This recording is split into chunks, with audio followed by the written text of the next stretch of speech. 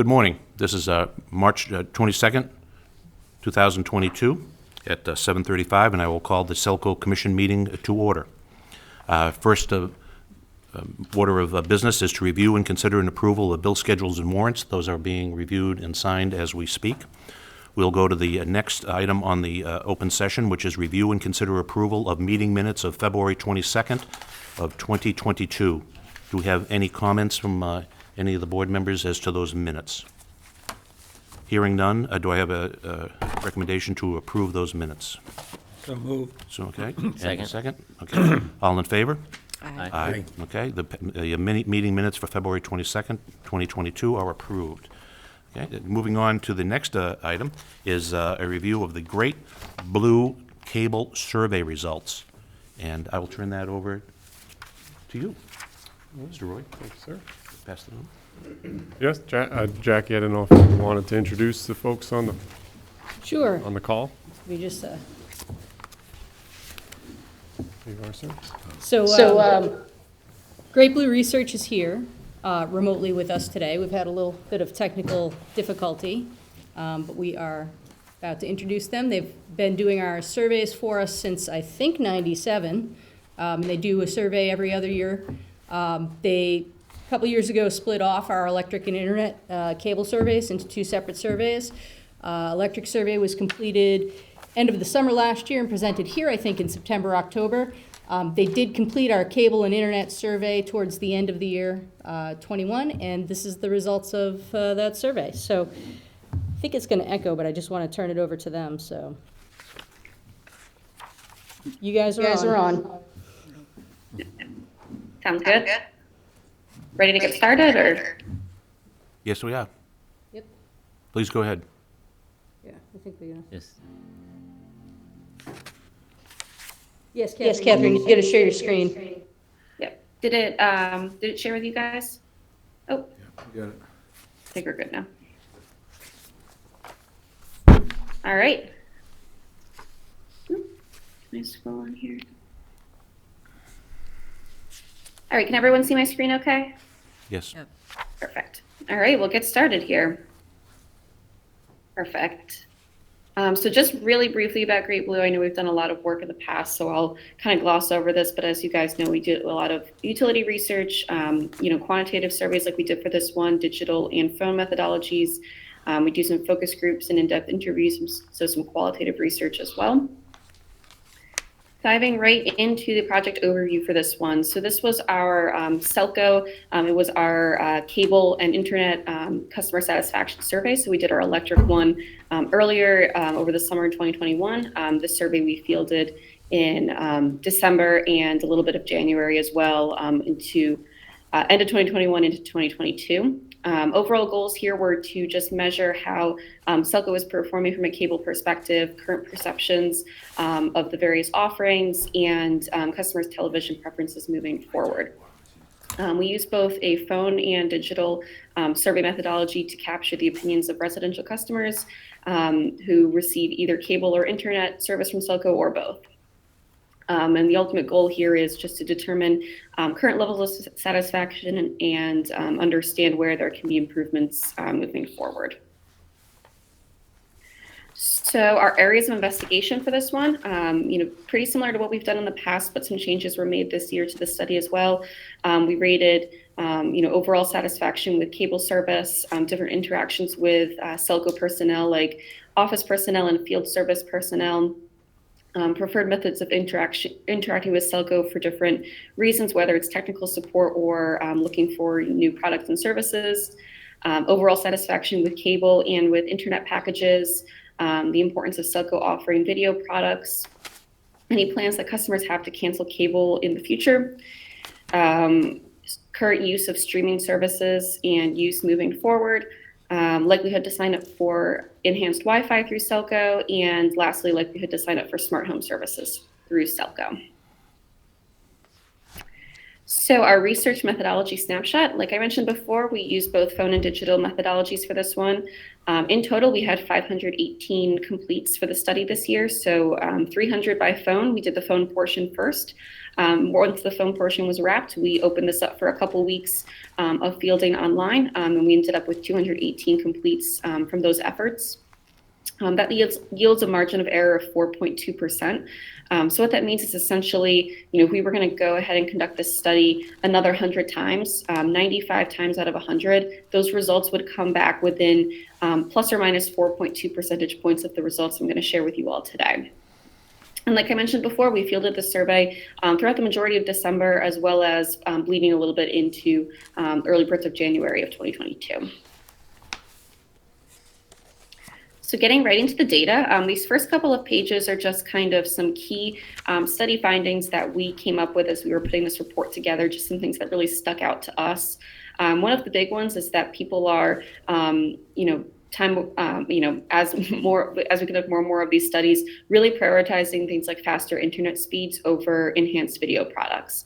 We ask a question, which do you prioritize? And people are just prioritizing faster internet speeds more than any video products. So the recommendation here is that knowing that customers' priorities are shifting, that SELCO communicate what their current internet speeds look like, how that compares to what you could be getting from a different provider, and then as well as look at ways to continue to improve internet speed moving forward, just because it's something that's clearly very important to customers nowadays. And especially with everyone working from home, I think enhanced internet speeds have really become more important as the pandemic has continued. Our next key study finding was to build support for new app-based television products. So we asked customers what they would do when SELCO rolls out that new app-based service, straying away from the traditional cable TV model. And about 2/5 of customers said that they would continue to subscribe to SELCO, but a similar percentage were unsure how they would proceed. So a lot of this has to do with just providing more education to customers about what this new television model would look like, just so they're more certain, what their trajectory would look like, when this product is rolled out, and to help encourage more customers to stay on with SELCO, and that they'll still get the same benefits as they did before through this new service. And the last one is to educate customers of the benefits of smart home services. This was something we asked about as well in the survey, how likely customers would be to sign up for smart home services, such as things like video monitoring. And only about 15.5% of respondents said that they would be either very or somewhat likely to sign up for those services. 45.9% said they would be not at all likely, and 14.6% were unsure. So, while there's a significant segment of customers who are just not likely to sign up for these services, there are quite a few customers who are more along the lines of being uncertain if they would sign up. So this is another area where a lot of people are probably uncertain or unlikely to sign up just because they don't have enough information about what this technology entails, what kind of benefits it would have to customers, how they can use it, things like that. So another opportunity to educate customers if smart home devices are something that SELCO wants to pursue moving forward. It's definitely an area where customers probably need a little bit more education about it first before they decide if they want to enroll or not. All right, so moving right into the data. So first, just a couple questions that we use, kind of our characteristics for evaluating SELCO's cable services. In 2021, the average rating for these characteristics was a little bit lower this year, 77.7%. It is well within the margin of error, though. The difference between 2019, 81.1% down to 77.7%. So nothing to be of major concern. Some key things to point out here, year after year, the highest ratings are for SELCO having helpful and knowledgeable staff, and for communicating with customers. So a little bit more on that kind of customer service side of things. But we did see decreased readings this year for both the quality and reliability of SELCO's TV service and internet service. Looking at satisfaction with the current cable package, we asked customers if over the past year if they've noticed any differences in the overall quality of service provided by SELCO. And more people this year, 8.4% over 4.9% last year in 2019, said that they've noticed that SELCO service has improved, while lower frequency said that there's no change and it's remained poor, or that no change and it's remained good. So overall, seeing some general improvements with the quality of SELCO service. 83.6% of respondents were satisfied with their current cable package. That's up about 9 percentage points over 74.6% from 2019. So all positive findings here. Satisfaction with SELCO's employee groups. So we asked customers to rate their satisfaction with SELCO's customer service employees, help desk employees, and field service employees. Seeing pretty consistent ratings here for customer service and help desk employees, 86.4% satisfied with customer service, 85% satisfied with help desk. So those are still pretty high ratings and pretty close to being within that margin of error that we talked about before of 4.2%. The bigger decline we see here on this page is with satisfaction with field service employees. That went down to 70.2% this year from 93.8% in 2019. So now getting into some communication preferences, we asked customers how they would prefer to interact with SELCO when it comes to things like technical support. And by and large, people would prefer to interact through a phone call, which I think makes perfect sense because you're able to, explain in more detail what's going on and come to a solution. But some folks did prefer to communicate through email or a web interface. And next, for communicating and receiving information about products and services from SELCO. Over half of customers, 51.7%, would prefer to receive this information through emails. Some folks also preferring bill inserts and phone calls as well. And we asked, when ordering products or packages, if you would rather do so by speaking with a representative or complete this transaction through some kind of an online platform where you don't have to talk to a live body and can just make orders and transactions on your own. And 54.6%, so over half, would rather speak with a representative, but important to note that over a third would rather complete that transaction online. So somewhat split between the two, but leaning a little bit more towards wanting to speak with a representative for those kind of interactions. So here's that question I talked about before as far as prioritizing internet speed over video products.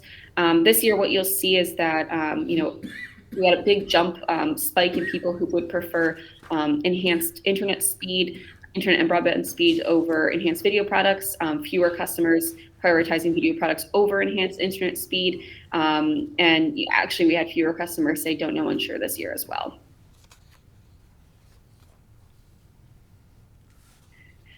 Importance of SELCO offering enhanced video products. About 7 out of 10 customers, 70% literally, indicated it's important that SELCO continue to offer video products to its customers. Despite what we said on the last page about enhanced internet speed being important, folks are still finding it largely important that SELCO continue to offer those video products to customers. And then question in the bottom left of the page here, over the next 18 months, SELCO's planning on switching to away from the traditional cable TV package to one that uses an app-based streaming service. Like I said before, we had about 44.9% of people say they were unsure how they would proceed when this model is rolled out, but 43.7% did say that they would continue to subscribe. So I think the really big focus here is just kind of how this 44.9% who said unsure, how they're ultimately going to act when this service is rolled out. And I think that that's a big area where those customers need to be educated about what the service would entail. Because sometimes when a new product is rolled out, people are worried about how it's going to change their TV viewing preferences and everything. So I think just having more information about how that would function, what they're still going to be receiving from SELCO as far as channel lineup and stuff like that, I think will be really important to help kind of sway that 44.9%, encourage them to continue to subscribe to SELCO when this change happens. So plans to cancel cable in the next year. Promisingly, the majority do not have plans to cancel in the next year. 70.7% said they don't have plans. 12.2% said maybe. 13.7% were unsure. So there are some folks that are considering canceling. Any reasons for plan to cancel have to do with the rates, too expensive, rates rising. some folks mentioned they don't watch a lot of the channels, the cable doesn't work, that's overall not worth it, and that it needs to be app-based. So if folks were to cancel their cable subscription, the majority would switch to watching broadcast via antenna and over-the-top programming like Netflix, Hulu, Amazon, things like that. We did have more respondents say that they were unsure what option they would pursue, 14.4%, if they were to cancel their SELCO cable TV subscription. This probably has to do with it seems like less customers are considering canceling, or a lot of customers are kind of on the fence. They haven't definitively said if they're going to cancel or not. They're kind of in that don't know, unsure, and considering it kind of category. So that probably has to do with a lot of those don't know, unsure ratings as well. Next, likelihood to recommend cable service. 65% of customers, so almost 2/3, said that they would recommend SELCO cable TV to a friend or colleague. Only 14.4% said that they were unlikely. So that is positive findings as well. Satisfaction with internet service. Nearly 9 out of 10 customers, 89.2%, said that they're either very or somewhat satisfied with SELCO's internet service. So we asked customers when they experience any kind of an internet outage, what they believe to be a reasonable amount of time that they find acceptable to restore their internet. And what you'll see here is the majority of customers, or nearly 3/4, find any time within an hour to be reasonable to restore their internet service. Some folks find it reasonable for 1 to less than 2 hours or 2 to less than 3 hours to restore power, but the majority of folks would expect their internet to be restored within an hour. Streaming services, year after year, Netflix is still towards the top here. 58.9% are using Netflix. Amazon Prime has increased in popularity over the past couple of years. And Hulu or Hulu Plus at 29.3%. We're seeing fewer and fewer folks who use none of the streaming services that we mentioned, and just a general increase in people using streaming services, which should come as no surprise. And we're also seeing an increase in folks who have streaming services that also include live TV, 41.3% over 35.2% in 2019. So how folks are streaming their content, primarily through TV. We have TV through apps, but also, when you think about it, Roku, Amazon Fire Stick, Apple TV, these are all forms of, smart TVs that people can have in their homes. So for the most part, people are streaming just on a TV versus, using a computer or a smartphone or tablet to do so. So enhanced Wi-Fi, we gave a brief description of what SELCO's enhanced Wi-Fi is, and asked folks how likely they would be to sign up for SELCO's enhanced Wi-Fi if they haven't done so already. And what we did for this question is we removed those folks who have already signed up. So this is really just the percentages and the likelihood of folks who have yet to sign up. We're seeing about 1/3 of customers would be either very or somewhat likely to sign up. A lot of customers, 18.8%, were unsure, and there are some folks who are not at all likely as well. So if folks have not signed up for SELCO's Wi-Fi, would they consider signing up in the future? About 3 out of 10 said that they would consider signing up in the future. Surprisingly, over 1/3 said that they would not consider signing up. And some reasons for not signing up: they already have their own Wi-Fi, which makes sense. They're not interested, they don't have a need, and price or cost was another factor as well. So interest in a application that would help protect your home network. So we, have this description in here about what a home network is referring to, and then, asked folks how interested they would be in an app that protects their entire home network at the price of $7.50. We had a little bit over 1/4, 26.8%, were either very or somewhat interested in this app. However, over 2/5, 41.5%, were not at all interested. So there's, relatively low interest among customers, but there is a segment who would consider, downloading this app if it was rolled out to them. interest in smart home services and likelihood to sign up for them through SELCO. Like I mentioned before, the likelihood to sign up was pretty low as well. Only about 15.5% of respondents would be likely to sign up for smart home services through SELCO, whereas 45.9% said that they were not at all likely to do so. We also asked how many devices folks have connected to the internet in their home.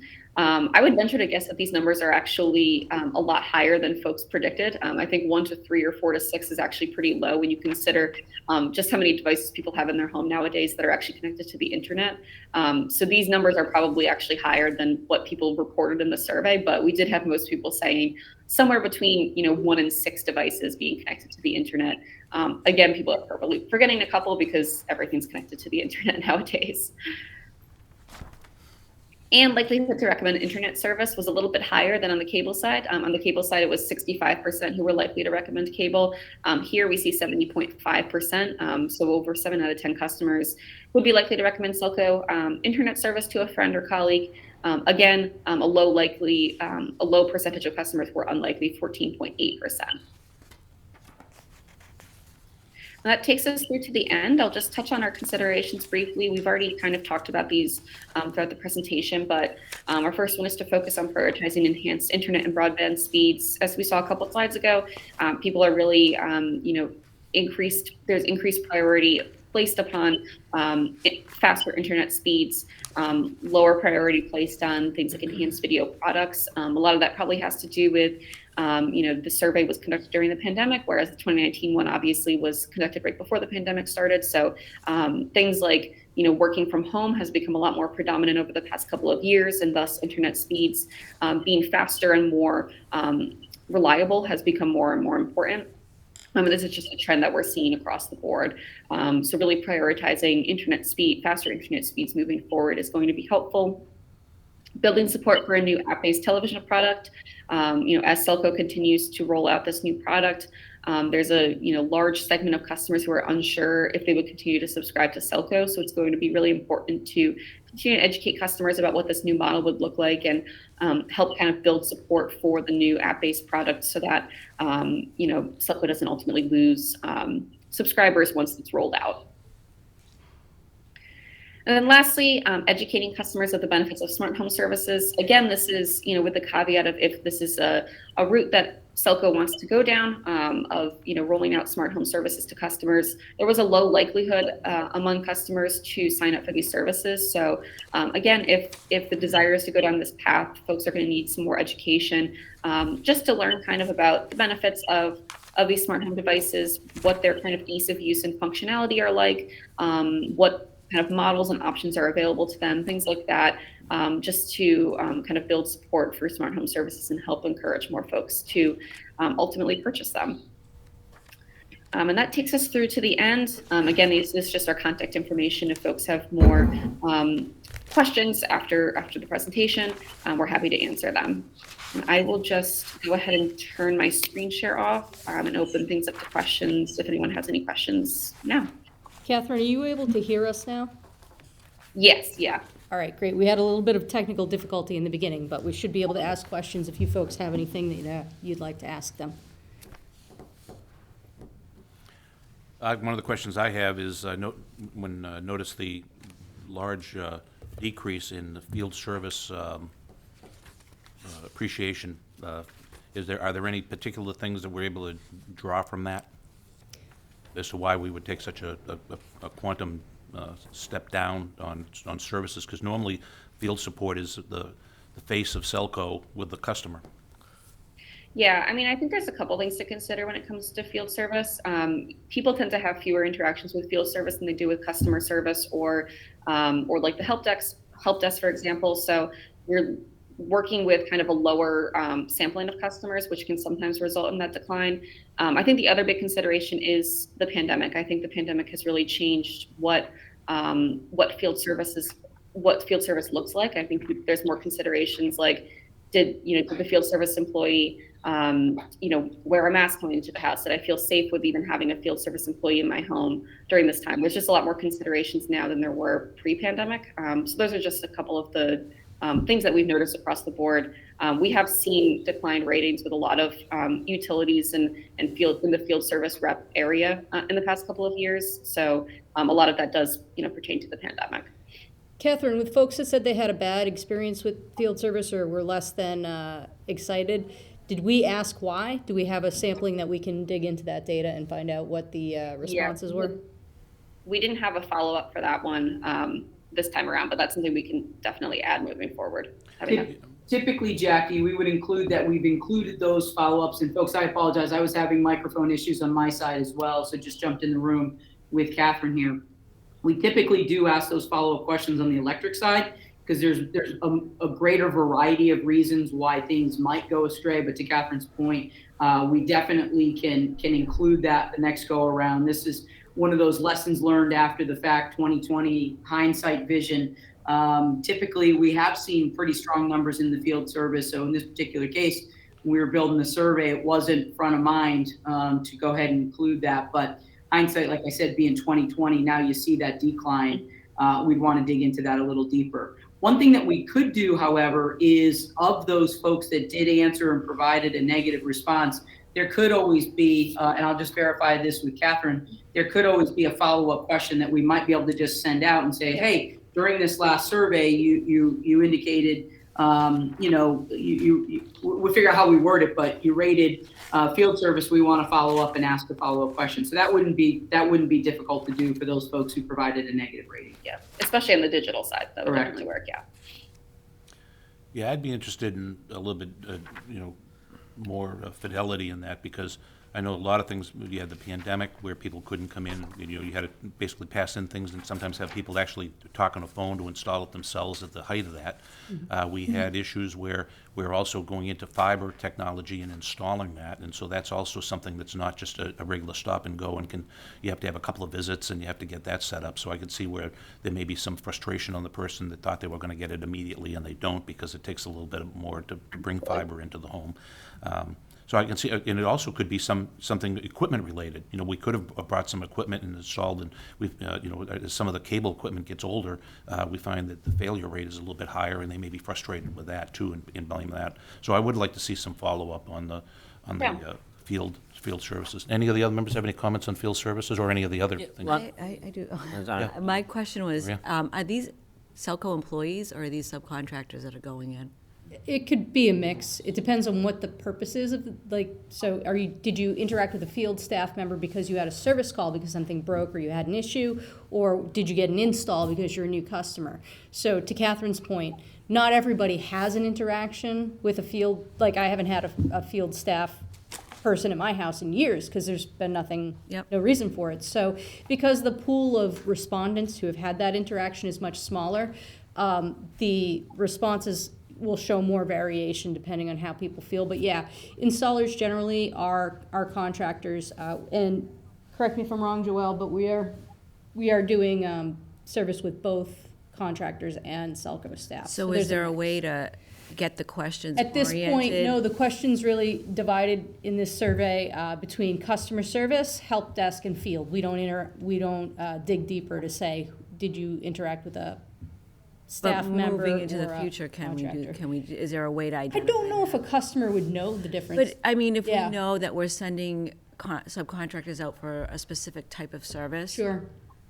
Like we can look at the way to dig deeper into that next time around. Well, to follow up on what Maria's asking, it would seem that any time we sent out a field service rep to a house or customer, should we potentially follow up that with a phone call immediately thereafter, and to find out how the service was? So we do that today with installs. We do a follow-up call. I don't believe we're doing that on service calls, but it could certainly be something that we talk about doing. We truly do care and want to upgrade immediately rather than let it that's good feedback, Bob, for sure. Because, like I said, we are doing that on installs today, and it wouldn't be a challenge, I don't think, to add that to the service. We'll have to figure out whether it's best coming out of the help desk group or the customer service group, just so we can make sure we're getting the data and able to follow up correctly. I have a few questions on that. On the installs, what's your feedback? The CSR is making calls on a daily on that after installs, and generally usually if there's a problem, they'll let me know if they're hearing a lot of negativity, and I haven't been getting that. So I would say that generally there hasn't been an issue. And did we make any change in the last year or two in who or how we service? I would think it's kind of COVID related as well. One thing I was surprised about is the number. We say a smaller sampling, but if I'm reading this right, it says 389 out of 518. That's 75% of the respondents had a service call. That sounds really high. I haven't had a service call in 15 years. So I'm not understanding why it would be 75%. Not sure. I mean, they could have been thinking back to when they had their cable installed, not necessarily asking it, In real in the time. last 12 months That or may the make last more 24 sense. Well, months. and about a third of the town is now shifting over to fiber, so there's going to be a certain number of, heightened service calls being made on that side of the house where normally you wouldn't, but that's not to say whether these are fiber or regular. Everybody's going to get a service call as we move to fiber and we move to Minerva and we start to do all these. That's why things. it's necessary to fix if people don't like But what it we're could be doing. equipment too. I mean, I had somebody have to come out because of our what we were using Drop for off. the internet, so. And there was an uptick in what we had to drop off or switch out on the equipment? Is that what went on? Yeah, I mean, with the older cable boxes, the legacy equipment that's out there, those old Cisco and SA boxes, they have a higher failure rate. So in those instances, if it's anything higher than a DTA, there is a service call involved with that to switch out the equipment. Do we have? Folks, just a couple of quick points. Just jumping back to that follow-up on some of the service tickets and those sorts of things. Where we have email addresses, Jackie, we could potentially work behind the scenes with you to see if, let's just say I'm using a number here, 50 people that had that service interaction. We've got 30 of their email addresses. If we can learn in your system what the nature of their contact was, we could apply that to it.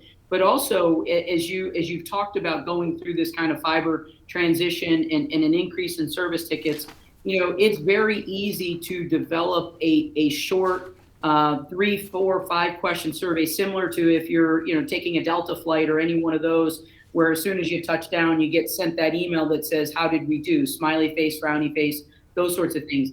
That would be an easy, quick digital survey to create. So as you send that out, and that can be sent daily, it can be auto sent. There's a couple of different ways to keep tabs on that at a pretty low cost. So that can be done pretty easily, and happy to share with you how that could be accomplished. Yeah, I think that's worth a discussion, Michael, and we can take that offline to try and slice and dice that data a little bit more. If we're able to get some insight into that number, I will certainly follow up with you folks to let you know. Yeah. Sounds good. Matt, did Thank you. No? Yeah, if I may, just as a follow-up to this conversation, do we have any sense, and from a historical perspective, the volume of service touch points we had in 2017 versus 19 versus 21, or any of these, calls to the help desk? Because I think that trend would be interesting to see if there was a big spike during COVID. I would imagine there was. I think there was a general sense of negativity Everybody staying at just home, yeah. out there in the ether that maybe led to some of this. But I also would find it interesting to see, and I think, Catherine, you might have mentioned it, like a Comcast or any publicly out there or similar or service provider. Is there any data out there that shows similar trends, just in the way the respondents replied to similar type questions in other service areas? Yeah, so speaking of things like customer service and field service, those are questions that we're asking for, utilities across the country, specifically on kind of a public power lens. And I think that a couple of the big trends that we've seen in the past couple of years because of COVID, one, like I mentioned before, is just, field service has taken on a whole nother lens now that, there's regulations with certain things like wearing masks and social distancing and things like that. So there's just more to take into consideration there. I think that we've seen lower ratings overall for utilities where, customers might have expectations that utilities will provide more financial assistance during the pandemic. And, folks are just generally in need of more assistance, especially at the beginning of the pandemic. We saw some declined ratings across the board there. I think that things have just taken on a different kind of perspective because of the pandemic. But it's something that, it seems like we're coming out of it. So hopefully those ratings will continue to go up in the future. But And I would also add in too, and I was jotting some notes down along in the chat as we were going through. I'm not sure if folks were able to see that as I was having microphone issues, but one of the things that I mentioned in there was, for the smart home devices and tracking those devices and the likelihood to use them, as folks are having some concerns with speed, if they're not using the fiber, then that gets adjusted obviously once they hit fiber. But folks aren't paying enough attention to the amount of devices that are in their home and being utilized all at the same time and drawing down on those speeds, and they're not shutting things off. And so if there is a complaint about speed, then that's a great opportunity for the CSRs to be able to talk through, hey, have you thought about this app? And this is where you can help shut your kids off when you want them to do homework, or take off some of these other devices that maybe might not be in use actively, but are pulling on your speeds. And that's been something that we've seen kind of across the board as well. And that's a small little win, particularly for those that are a little less tech savvy. Okay. Behind the scenes, I think over the last few years as well, that I don't think some customers would appreciate or realize, I shouldn't say appreciate. I mean, a lot of it, we get, Joel and his team had to do a lot of node splitting because as people stayed home and because of the pandemic and because remote learning for education, the demands on internet itself, the nodes that we had in town had to be split, and a lot of that and caused some frustration at the start when the pandemic came, and so that recovery and the folks there. So there may be some feedback that goes into that as far as tech, visits and whatnot. I'm concerned because Gene Duhamel's retiring, and he's the face of SELCO, and he's the most popular person we have out there. So hopefully maybe we'll have to bring him back to train train the trainers or whatever, but to come in and help pass on, because I think obviously what he was doing over the past 20-something years plus, whether he actually worked for SELCO. We'll get into that later today, but I mean that kind of thing is how do we make sure that all of our folks that interact with the folks in the public, the field reps themselves, what sort of training do they get? I mean, if they're subcontractors, do they in fact get some semblance of SELCO focused training so that they understand what our standards are and what our customers expect? Yeah, Joel and his team, Gordon, those guys, they do a good job of trying to onboard any of the new contractors who are doing installs or service calls for us, and I think they have a pretty good program. But I think it's definitely worth digging into the data to try and uncover this a little bit. I think we've seen kind of across the board over the last couple of years with survey results that have come out. I've had some conversations with Catherine about this just in general. People are more discerning now than they used to be, right? Like people are in that instant gratification mode. The internet's really changed everything. The pandemic's really changed everybody's perspectives. And folks are way more likely to take a negative track on what they're giving you for response, right? A lot of times where everybody might have said, oh, everything's great, everything's fine before, I think people are way more comfortable these days being vocal when they are dissatisfied or find something slightly inconvenient. I think we've all seen that in our interactions in the world, and it's reflected a little bit too in the way that the survey results that I've seen have come back, not just here at SELCO, but we share survey data among our groups, and I think that there has been a little bit of that. I mean, Catherine and I have talked about that in general. One of the interesting things on the electric surveys, we also saw a different shift in demographics where a lot more younger folks were answering those surveys.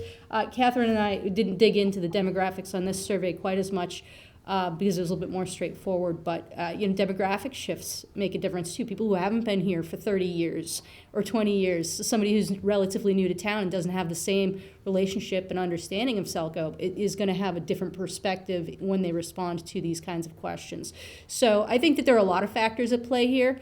And, it's never good to see your ratings go down, but I don't think that when you compare us to the investor-owned utilities or, the Comcast, Charters, Verizons of the world, that the ratings that we've gotten are bad in any way. I think that we hold up well compared to the other providers out there, despite the drop that you're seeing, particularly in the field staff. So I just want to put it a little bit in perspective for everybody. Yeah, and Jackie, let me just add on to that for a second, because you're spot on with all of those things, and we've had some deeper discussions on that. And SELCO was really one of the first electric surveys that we saw very clearly that shift in the demographics and getting that younger audience who has higher expectations. So you're getting a more reflective, proportional grouping in your sampling now than ever before. And so to that point, I've been very cautious to let folks use the word that our ratings are declining, because I think really what it is I really think you should view 21 data and even into early 22 as new benchmarks, as opposed to tracking. There's still a lot of tracking, and you want to see the trends. I think there is definitely something that went on in the field service, and we'll dig into that a little deeper. But hearing you all talk about the switch to fiber and just the nature of internet and the finicky technical nature of one wrong setting can result in something being off, and that creates a little greater frustration for customers because of their lack of knowledge as opposed to your lack of knowledge. And so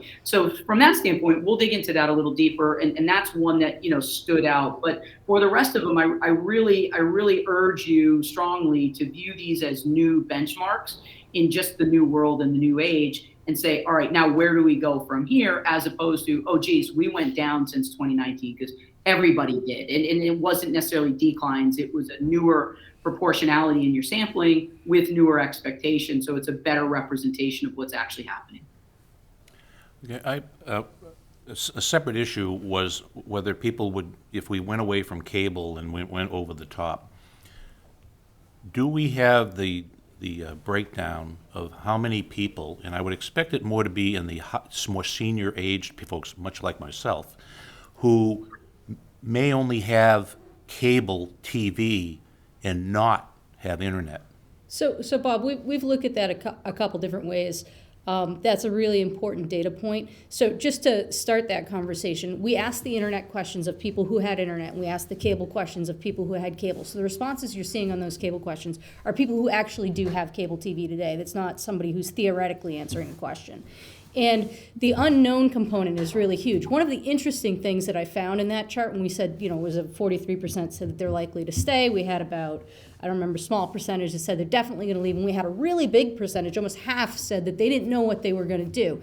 When we looked at the numbers, surprisingly, had a large percentage of folks in the definitely staying that were younger. And I think the reason that is if you've chosen it at, the age of 40 or below to have a cable package at this point, it's because you've explored all of the other options and you've decided that that's the one you want, right? So you want Nessun and you want Comcast Sportsnet. As we talked about the rate increases last time around, like those regional sports nets aren't carried on a lot of the over-the-top streaming options with the virtual MVPDs.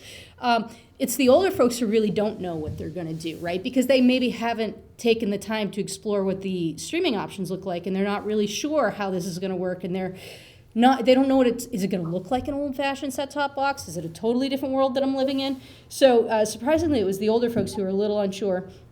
We do have statistics, and we've talked about solutions for customers who have TV, no internet, and we have a plan for that. So we will be able to continue to provide service. Because doing my Meals on Wheels, I still have people who only have DTDs, I think, plugged into the, Yeah.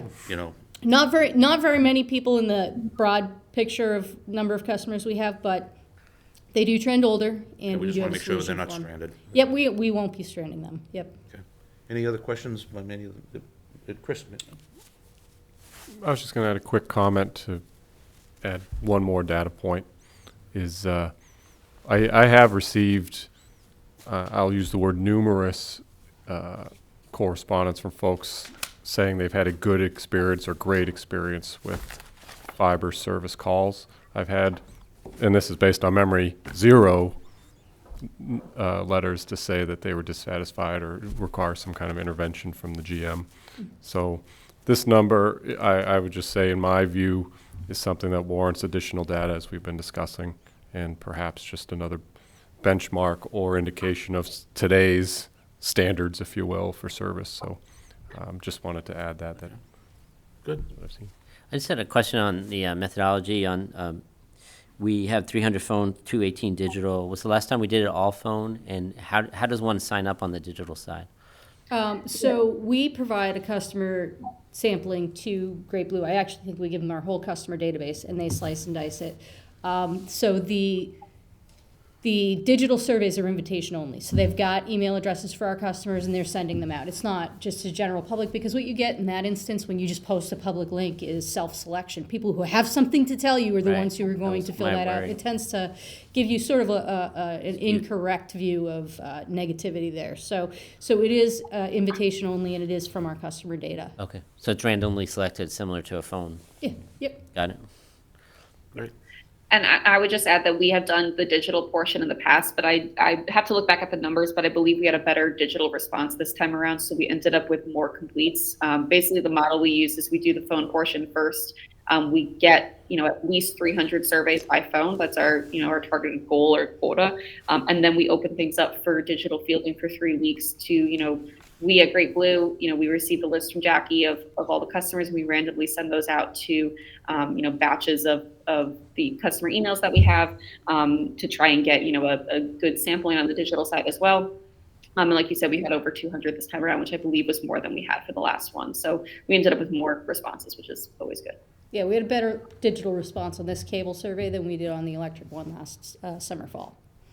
Yeah. If there are no other questions or comments, I guess we can thank you very much. It looks like we've got some good focus. The 100 megawatt light bulb has been shown on certain areas that we need to take a closer look at. And we'll work with you and your team to make sure that we get some more fidelity of that and potentially pump up the numbers for next year. Great, Thank you. Thank you, everyone. Appreciate your business. We appreciate it. thanks. Good day.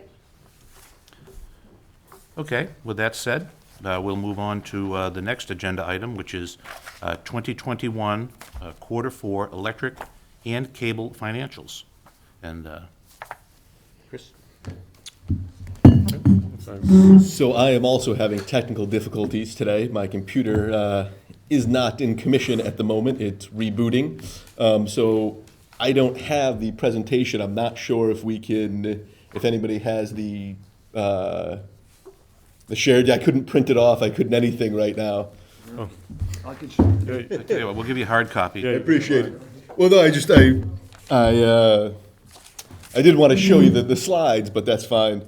One thing just to note about the financials. These are unaudited financials. We're currently going through our audit with GSA, and I believe for May's agenda, we'll be presenting their statement of net position and all of that.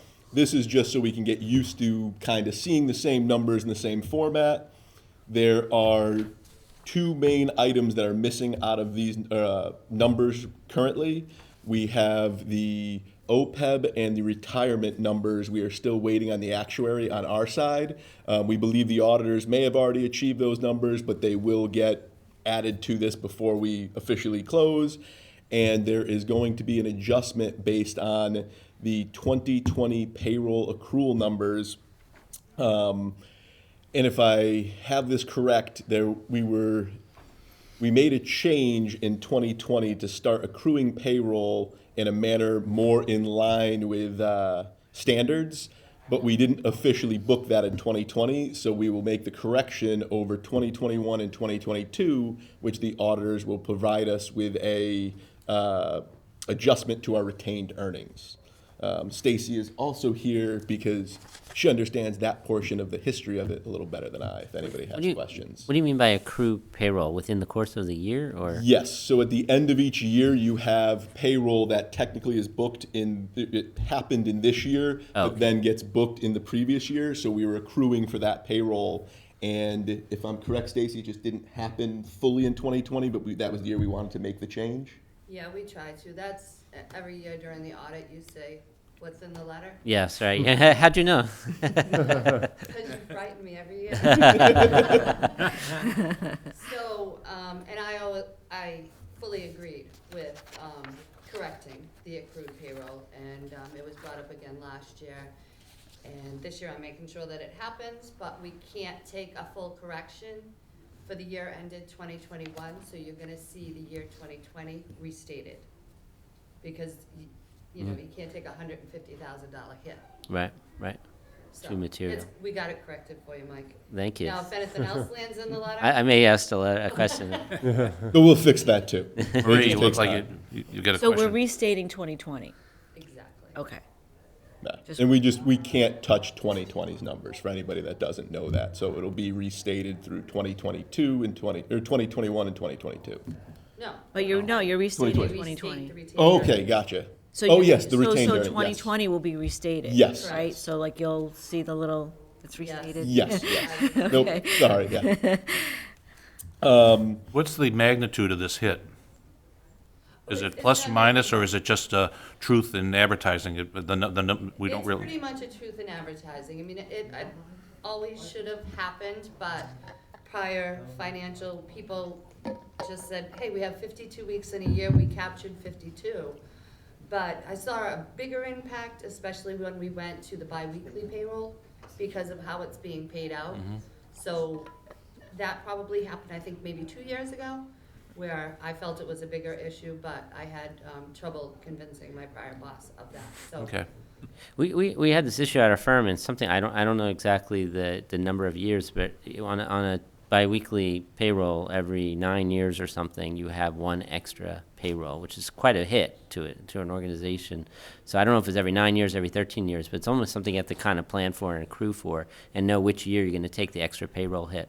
But I know that pattern because I'm not in that We did field. have But that that's happen already. yeah, that just happened Because I 2 years ago for remember- us. So. Did it? Yeah. Because I remember an email going around, because it also affects the health insurance deduction. Right. I mean, it's an overall. It's a big number, Yeah. and you take that hit. Say it's every 9, 12, 13 years, but it's a real number that you have to kind of either accrue for or account for. It'll affect your profits for sure. Yeah. I hadn't really thought of it that way, but yeah. Okay. So just starting with the financials, we're going to start, and I'm going to just go in order of the packet right now. Just taking a look at SELCO's electric operations balance sheet, and the balance sheet is a year-to-date, but just so everybody knows, the majority of the financials in here, we're kind of looking at Q4. But taking a look at our our total current assets, you can see they increased 685,000. If we take a look at the next page, our total non-current assets have increased about 1.8 million, almost 1.9. Going into our total assets, you can see we have an increase of about 2.5 million. And jumping down to our liabilities, we see, our total current liabilities increased about 700K, and our total non-current liabilities decreased about 1.1 million. When we take a look at our total loan repayment, that also increased 2.2 million, and that brings our total liabilities to increase 1.8 million for the year. Jumping down to our earned surplus, we increased 1.2 million for the year, and that brings our total liabilities and earned surplus increased 3 million over the course of the year. Jumping over to our income statement, and I'll take just for time's sake, I'll take a look more at the budget year to date instead of the budget to quarter. There are some things I'm still looking into at the budget to quarter that I just want to understand a little deeper. But looking at like the year to date, when we look at our budgets to our actuals for operating revenue, we are over about 2% for our revenue. When we take a look at our total operating expenses minus depreciation, we are about 1% over. Including depreciation in those, we're still about 1% over. When we take a look at what that does to our operating income, that puts us at about 9% over budget. And we can take a look at other income, the other deductions, and that brings us to a net income that was above plan, about 12%. Taking a look at our total return on plant investments, we are right in our target range of 8%. Just to confirm, the 2020 numbers are the audited numbers, right? Yes. Taking a look at a year-to-date comparison year over year, For 2020 through 2021, we're seeing, there's basically no real increase to operating revenue. It remains kind of flat. When we take a look at our total operating income, including depreciation, you can see it increased about 7% year over year. But our operating income has actually decreased about 36% year over year. That brings us to the net income, which is also a decrease of 36% year over year. Jumping over to our cash statement, you can see that we are ending our what we're going to call operating cash. I changed the name just in case it confuses anybody, from general cash to operating cash, just to kind of separate us from the town, because they use the general fund and the whatnot. So going forward, I'll just start referring to that as our operating cash, unless anybody has any confusion or questions. But we ended our operating cash for the year at about 14.9 million. Our depreciation fund ended about 4.8 million. Our PCA fund is at 1.5 million still, and we have a construction fund that ended with 1.8 million. This brings our total available funds to about $23 million for electric. Before we jump into cable, any questions for anything on the electric side? Just a note on the presentation. So you stopped operating cash. You started with operating cash, but then throughout it still says general cash. Okay. Nope, that's what I'm trying to find. Just to all avoid those. future confusion. Nope. Happy I specified that too then. Thank you. Yeah, one of the things I want to do for 2022 is kind of go through and make sure all the terminology on every report syncs up. I left everything how it historically was because I figured I'd make slow changes so people wouldn't, if they were trying to compare any past reports with some new reports, they could kind of add up. But I am going to kind of go through and kind of overhaul everything so we're using the terms that make the most sense as well. And one you'll kind of see is signal expense. It'll change to connectivity because in signal expense that refers to mainly video, where we have phone and internet in there as well. So from what I'm told by industry experts behind me, that would be referred to as connectivity.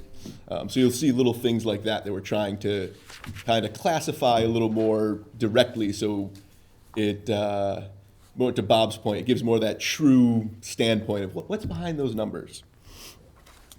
Jumping into cable then for the 2021 year end. Taking a look at the balance sheet, you can see the current assets. They changed about $6.7 million since prior year. Non-current assets have increased about $3 million over prior year, bringing our total assets increase $9.7 million. Now, a lot of this is because of the fiber project going on. You will notice our assets increasing over the next 3 years due to that. Taking a look at our liabilities, you'll see our total current liabilities are $2.1 million. Our total long-term liabilities increased about $13 million since 2020. And that brings our total liabilities to increase about $15 million from 2020 to 2021. Again, a lot of this is due to the bond funding and that type of stuff for the fiber project, which is $15 million bond. Earned surplus, if you take total earned surplus, has increased $4.3 million year over year. And if we take a look at the total liabilities and earned surplus, we're looking at an increase of $19.7 million. Jumping over to the income statement, if we take a look at the budgeted year-to-date numbers, we can see operating revenue is 1% above plan for the year, and operating expense is below plan 1%. I do expect that to increase with some of the numbers that come through from the actuary for the OPEB and pension numbers. Taking a look at operating income, it is about 17% above plan for the year. And if we jump down to net income, we are about 2% above plan for the year. Looking at year-over-year, year-to-date comparison, our operating revenue has increased about 2% from 2020.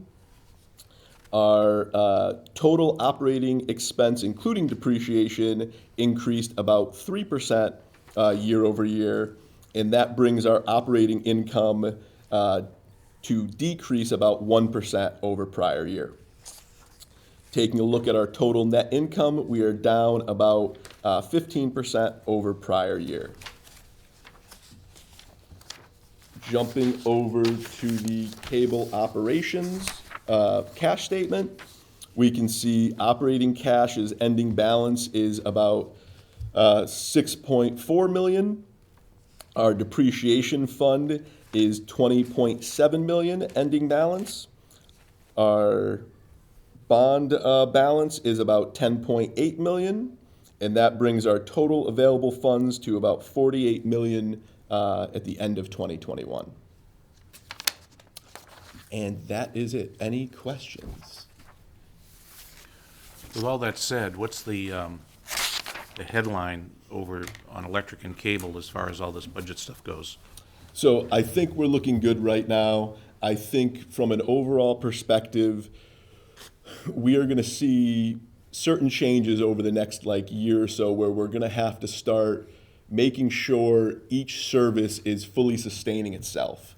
So going kind of through our methodology to say, what is the split between pooled activities from a light and cable perspective. From my quick and dirty kind of analysis, I do think cable has been subsidizing electric a little bit. With something like Minerva coming in, we'll be focusing more on cable numbers because everybody's always looks at cable as kind of a cash cow. And, it's a great thing to have for, the town and everything like that, but we have to make sure our rates are in line with competitors around us and all those type of things. So as we're looking forward at all these kind of changes, we just want to make sure each service is kind of self-sustaining, and then we also want to make sure on the cable side, if, let's say, video is starting to decline and we think in 10 years it may not be around. Everything might be digital. How are we sustaining the business from the cable end to make sure internet and phone are supporting the business correctly? So those are kind of the headlights of what we're looking toward and the things that we'll kind of focus on and make sure over the next year is all correct. But for right now, I think we're in a good spot to hit the next couple of years as long as we make the appropriate decisions the right times. Well, I'd like to be assured that both electric and cable, each and separately, are self-sustaining currently. Yes. As you implied that cable was helping electric. Yes. Where are they helping? So it's just different splits. So as we start to dive into things and I look at different allocations, based on methodology that's provided out there in industries, we do sometimes a 50-50 split. But in reality, in certain areas, electric's using more services than cable, stuff like that. As well, currently today, electric does not pay for anything cable related. So cable pays for, pole charges or pole rental fees, electricity, all that type of stuff. But electric does not pay for any of the internet services. We do pay, the electric side does pay for phone services and stuff like that, but we're gonna look at some of those breakouts. We're also gonna look at how employees' times have been charged both across the board from, someone like myself, I'm a split resource, and then individually within each group to say, okay, prior we've been doing a lot of allocations. Well, what are actuals also with that? Because are we missing any opportunities for things? Are there areas where people are working on, strictly cable stuff, but meanwhile we're splitting 50-50? So we're jumping in and taking a look at that. This all kind of is a great opportunity too as we start to bring in new systems, because you're going through all these, hey, let's take a look at all the different types of questions out there, processes, and trying to figure that out. But it's those type of areas. And we're taking the approach two separate businesses from that mindset. So self-sustaining, and insuring. Okay, I think, Chris, you had go ahead. Did you have something you wanted to say? Oh, well, I could add real quick, relating to the fiber project. So building on that example briefly. So if we had an electric-only business, which many MLPs out there are electric-only, that entity has to build out, say, a fiber plant for whatever purpose they'd like to use. Therefore, the bonding and that expense goes to electric. In our case, we have cable. As we just saw, that cable expense is there, and they're putting forth this asset that is within the cable business. And so one of the things that I think in terms of that cross-pollination is if electric is using that dark fiber asset, then there is a lease payment or other type of use payment for But that. that's kind of a smaller entity versus what we see nationwide, where a lot of utilities have been borrowing from Peter to pay Paul. In other words, using like cable to support electric or vice versa, or electric to support it. We do not do that. That's what I'm trying to stress out, that electric is very self-sustaining, and its counting is there, and the same thing with cable, that we're not going to get bitten here by one or the other, by being very short when an audit comes in. Okay, good. Anyone else? Comments? If not, it looks like we have a motion to accept the electric and cable operations for Q4 as presented. Do we have a motion? Thank you. Nope. Second. Okay, all in favor? Aye. Aye, okay, thank you very much. Okay, next one is, item 6 is review and consider approval of the sports fee credit. Jackie, Yep. please. Back again, can't get enough of me, right? That's right. Doing a heck of a job so far, keep it going. Right, so we had some sports credits that happened as a result of the pandemic, and they were 2020 sports fee credits relating to missed games that were canceled for various reasons during the pandemic. We're also seeing just a little bit of that happening over 2021, and some of our programmers are truing up with us right now based on the provisions in their agreements. In this instance, the programmer that provided us the sports fee credit has a provision in the agreement that we actually do have to return this money to the subscribers. So based on the same formula that we've used in the past, the proposal here is to provide a 77-cent sports fee credit to expanded basic, commercial expanded, TiVo, and commercial TiVo, and a 68-cent credit to expanded basic senior, and that is because they paid less into the programming costs because of their senior discount of 11.5%. Just one time or per month? Or? No, Just one-time fee, yeah, just one-time credit. Wow. Yeah, I know, big time. Well, I mean, last time I think it was like, over $10, right? So this is. put a lot of people in a new tax bracket. Dribs and drabs, right? So we might see this happen again before the end of the year, where they're just catching up with some missed games. Not a significant number, but it's still our customers' money. Right. So the proposal is to return this to them through this one-time credit that'll appear on May bills. Okay, do we have a motion to accept the payback to our clientele of the the 2021 sports fee credit? So moved. All right. do we have a second. Yeah? Oh, I'm sorry. Okay, and all in favor? Aye. Okay, great. Next is the item 7. Thank you, Jackie. The 7 is general manager's highlights. Please, Chris. I'm sorry. All right, thank you. So, per usual, I figured I'd just call attention to a couple of bigger picture legislative items that have happened over the last month. The first one is the tailpipe emissions released by the State House. I think, again, just adding context and flavor to some of the programs we offer, and and really just shows our effort to participate in these initiatives. And so we have our EV programs are up to snuff to support that type of thing. The other one, heat pumps, same theme. And again, as everything we've seen with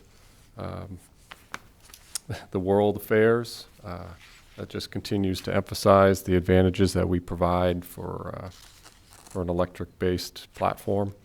The other one I just thought was really noteworthy was on the second page, where starting January 1 in Maine, the Maine PUC had an 83% increase in supply rates for the central Maine power customers. And so it's just one of those things to highlight, this is a crazy time, nor, would we, we would do everything in our power to avoid something like that. But again, just so folks are aware, these things are happening out there. And that's attributed in many cases to the bullet point below that, being the prices are up both day ahead and real-time markets in January. So there's a lot going on. And then I just wanted to call attention from the end of February. There was another UN climate report, and specifically there was some items that pertain to New England. Not that we here in Shrewsbury we have oceanfront, but it was an interesting take on that, where they had folks studying other studies, but really something to keep in mind is some of the ocean temperatures impacting things that happen locally here. Okay, so then moving on to the other topics, I think important here, I just wanted to call attention to some of our human resources activity. We've been making good progress with respect to hiring, which is great. We've started to fill out our IT group so we can provide better support across the organizations. And we've also hired an electrical engineer, as you can see here, so that's great. And really what I wanted to spend the most time on is the last note item there, which is we have two folks this month, as in April 1st, retiring. And I believe Bob mentioned one already earlier in the meeting, is Jean Duhamel on our cable side, and Kathy Ryba, who's been our administrative guru for, officially 35 years, but it's, countless years. And so those are two big adjustments that we'll have to. Yeah, I think Kathy, 35 years, she must have been hired right out of high school, right? Yeah, right. Yeah. She's still pretty youthful and going on, and I think she's been very valuable to me as far as on the commission, because of, especially during the pandemic, setting up all the meetings, making sure we had the right scripts, making sure everybody got invited, the materials were out, making that. So one of the people behind the scenes, even during the pandemic, that worked, full-time to make sure that everything was supported in that regard. So in that regard, she's always been great. I think one of the things we're really going to miss her on is annually those fourth graders that had the opportunity to meet the young lady, because she used to be down as one of the official greeters down at the town, at our facilities down on Municipal Drive there for the when we have the fourth graders come over and see the day at the how electricity is generated and all the other stuff going on. She was kind of the person that helped put that together. And unfortunately, again, I guess this year we're going to still have to do it virtually because of the pandemic residuals and the lead time to do that. But maybe next year she can come out of retirement, if she's not down on the beach somewhere, and come up and be the official greeter for that. Tony, Don't forget all the cookies. well, I'm going to fade away to nothing. For those of you who are unaware, that used to bake cookies for us for all the meetings, and it was the one thing that made sure that attendance was up at the commission meetings. Anybody else have anything on Kathy? Otherwise, I will move on to. Well, she just needs to share her brownie recipe. Yeah. Excuse me. Well, that's great. And the other one is missing Gino, who's He's been with us for, actually with SELCO, I saw something on Facebook that he's been like 30-something years, but in fact, with us, he's been with us for 23 years on the SELCO side of the house. But prior to that, he had a number of years as a contractor, subcontractor, doing the cable installs and whatnot. And I know personally that he's the kind of person that when I would call, as an example, I was at a restaurant one day and they were having troubles, and I called and I said, well, I think we know somebody who can fix this. And he shows up, and he had installed the system several years ago, and they couldn't find the remote to adjust the TV. And he says, well, the last time I was here, I put it up and this, the remote was still there. He blew some dust off of it, got the thing squared away. And that kind of travel knowledge is really going to be hard to replace. Anyways, he's been a great guy, and I know somebody gave me some talking notes about he needs to have one of those waving things on the car that just keeps waving because he drives around town and everybody's beeping and waving and tooting their horns at him when they see him, because he's been in just about everyone's home, over the period of time that he's been with us, and he'll be sorely missed. He's value added, and I'm sure that I think he's going to spend a lot of time along the seashore fishing and doing all sorts of other stuff. So, but anyways, both of those people will be sorely missed. Anything else on comments? No? Oh, great. Okay, back to you, sir. No, every time I read this, I'm continually amazed and impressed. I mean, 35 years, anyway. So then we have just our standard electrical operations report here. Again, continual progress on a lot of things. One thing I just did want to highlight, I had a brief call with Representative McGovern's office yesterday, and one of our talking points was supply chain issues. Again, we had our bids come in for transformers a couple weeks ago, and we were fortunate that one came in with about a 60-week lead time, which used to be like 6. But that was luck. Every other bid was like 141 weeks. Wow. I mean, it's crazy. So, these folks here in the audience have done a good job of shifting what we work on to make sure, we have the inventory we need. Again, the things we're keeping in mind, this is across the industry. I mean, I see, listservs come through with the same information on all these utilities. And so you take one storm, a lot of poles fall over, you have the transformers smashing on the roadways. Where are the replacements coming from?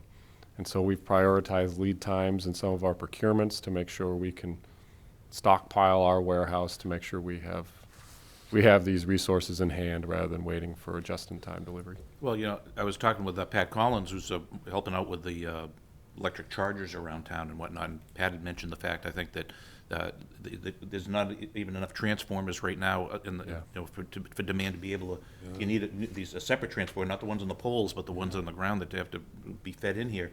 So it's getting extremely difficult just to place electric chargers around town, because we got the lead time, again, you said 60 weeks sometimes on some of these parts, so it takes some time to make that happen. How's that gonna affect the state timeline for everything? That's gonna be. That's all, you can post a number, but, to do the push-ups, you gotta have the supply chain to support it. Pat, am I correct on that comment? Yeah. Okay. So, so, because we've got some promises, we're at the high school and here, the senior center, right here, with the new police station coming up in the parking lot and whatnot, getting all that stuff hooked up, but we're having to tap into currently existing transformers, which it's only gonna work so long. Okay. Just a question, do you have a sense, this is a much probably broader, larger answer to global economics, but it seems like it's getting worse. Like the last time I talked to you about this, you were talking like 50. You weren't talking hundreds. Exactly. Like why is that not improved? It seems like we're going in the wrong direction. Is it now supply and demand? Like everybody's almost hoarding, like the grocery store kind of mentality? Yeah. Toilet paper? Well, there was an interesting perspective that was at that meeting I had yesterday, was with the resurgence of the variants in other parts of the world where we import some of the metals. Their workforce isn't able to produce the same raw materials and then have that contribute to our manufacturing. So that was one component that I hadn't really thought about. Is we read about surges in China. Well, whatever they're working on slows down. So that was one element, but I don't really haven't heard a good answer to that. One of the things that I just threw out there as I wouldn't even call it an ask, but, an example that was brought to my attention is that, it seems subtly behind the scenes, there's some rerouting of chips and components from different industries to help out the auto industry. And so my ask was, well, if perhaps there's an opportunity where maybe we don't have to make hair dryers or something and we can make transformers, just reroute materials and highlight that this is a substantial issue. And I know APPA has released a briefing on it, and Well, and part of it too is just with the pandemic, the demand, our folks, I'll congratulate even Joelle and whatnot, trying to get a lead on fiber. When we decided we were gonna go fiber in the town, everybody wanted to go fiber in the town. Fortunately, we had enough money to go out and buy some to, at least to keep us going at the start, because there are some towns and communities that are dead before they, dead in their tracks because they can't even get those components to be able to do it. And when that demand comes up, it's at such a rapid peak, the industry can't build fast enough to maintain the capacity for that. Exactly. And so I guess just the thing I wanted to call attention to is here, if you see in this list, many of these projects are economic development or outside projects, so we're prioritizing service to those that are developing in town, like an Edgemere that needs transformers, where, we're still working on our own internal 5 kV to 13 kV conversion, but, our priority list is shifted to those projects that we don't really have control over. We want to keep pace with customer demand. All right, then shifting to broadband, we touched on that a little, but I did want to highlight a couple things that pertain to the customer service survey we heard earlier. So the item 2 here, Minerva, we're making progress on the Minerva project, and just as a reminder, that's our IPTV app-based service. And so that directly addressed one of those 3 key findings there. So we'll have that in the testing phase in early April, early to mid-April, for rollout shortly thereafter, provided there are no issues. Fiber to the home construction, again, we added a couple more nodes, and here's the table just to see the percentage on fiber with the nodes that are available. So we're continuing to make progress on that and actively contact customers to encourage them to make the swap. We did hit a small road bump with the Calyx packet loss, but again, we worked through that, so that's just another highlight that we're catching these things and addressing them as they come. Just a quick one on the integrated resources component. The HELPS program is now branded as Next Zero. So that is just, there's new programs and a new facelift on that to keep things current and modern. So just if you see Next Zero, it's replacing the HELPS program. Don't skip over that important Earth Day celebration and tree giveaway. I mean, our people wait for that one. We get, 750 trees, and that's going to be, the 30th of April up at the town common. And what do you have to do to prove that you're a SELCO customer to get a free tree? You can bring your SELCO bill with you, or just an ID showing Shrewsbury. Yeah, we're not very rigid on that. If you live in Shrewsbury, we know you're pretty much a SELCO customer. But I have a fun fact. We had somebody who once showed up, didn't have an ID or a SELCO bill, but Gene remembered the color of their wallpaper. Doing an install. That's a true story. Okay, now, is it one tree per customer, or do you get a pair of them? Typically, we give out a pair. Okay, so that's going, and that's in conjunction with what else? A lot of other folks are going to be up there, right? The Shrewsbury Town Center Association is doing a fundraiser, an Earth Day community art project. Shrewsbury Credit Union's doing a paper shred and recycle event, and EV solar loan information. Wagner Water Group is going to have a demo of electric vehicles, and the Boy Scout troop's going to be collecting bottles and cans. Friends of Prospect Park are going to do trail and volunteer information and other community. So it's come early, get a parking spot, get your trees, and usually those are gone with about the first 15, 20 minutes. But if you time it right, you can drop off your cans and everything else and get a free demonstration on electric vehicles. Okay, great. I'm sorry to take no. But that's a biggie in town, so we want to make sure. Nice. Yeah, well, that's pretty much wraps it up. IT, again, it was kind of covered in the human resources section. We've just made a couple of hires now, so we've gone from really one employee in Greg to, Rosanna's great, but she plays a different role than computer support. But so we're making progress there too. Great. Any questions for the general manager? If not, thanks for the report. Okay.